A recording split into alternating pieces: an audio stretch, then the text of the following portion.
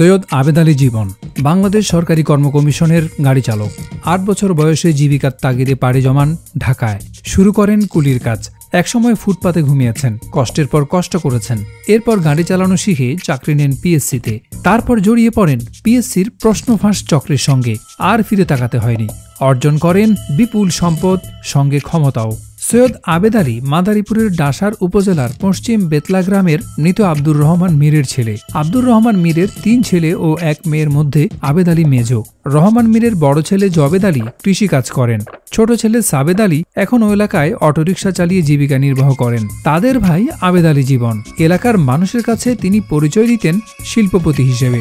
আবেদ আলীর ছেলে সোহানুর রহমান সিয়ামও ব্যবহার করতেন দামি গাড়ি। আবেদ আলী নিজেও দামি গাড়িতে চড়তেন। ঢাকার ভেতর 2টি বহুতল ভবন, মাদারীপুরে আলিশান বাড়ি। ড্রাইভার হলেও আবেদ আলীর কোটি কোটি টাকার সম্পদের তথ্য সামনে আসতে শুরু করেছে। প্রশ্নভাষার সঙ্গে জড়িত থাকা তথ্য সামনে আসার পরই সোশ্যাল মিডিয়ায় তার বিপুল সম্পদের তথ্য তুলে ধরছেন নেটিজেনরা। এছাড়া সরকারি জমি দখল করে গরুর খামার গড়ে তোলার অভিযোগও রয়েছে তার বিরুদ্ধে। পরিবারের সদস্যদের নামে বেনামে রয়েছে কোটি কোটি টাকার জমি। বিসিএস পরীক্ষার প্রশ্নফাঁস সহ বিভিন্ন দপ্তরে চাকরি পাইয়ে দেওয়ার মাধ্যমে তিনি এসব সম্পদের মালিক হয়েছেন বলে অভিযোগ রয়েছে। সম্প্রতি সড়ক ও জনপদের জায়গা দখল করে গরুর খামার তৈরি করতে গিয়ে ফের আলোচনায় আসেন তিনি।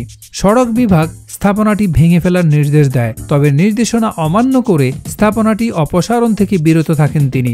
দেশের রাজনৈতিক ব্যক্তিসহ পুলিশের ঊর্ধ্বতন কর্মকর্তাদের সঙ্গে ছবি তুলে ফেসবুকে পোস্ট করতেন তিনি।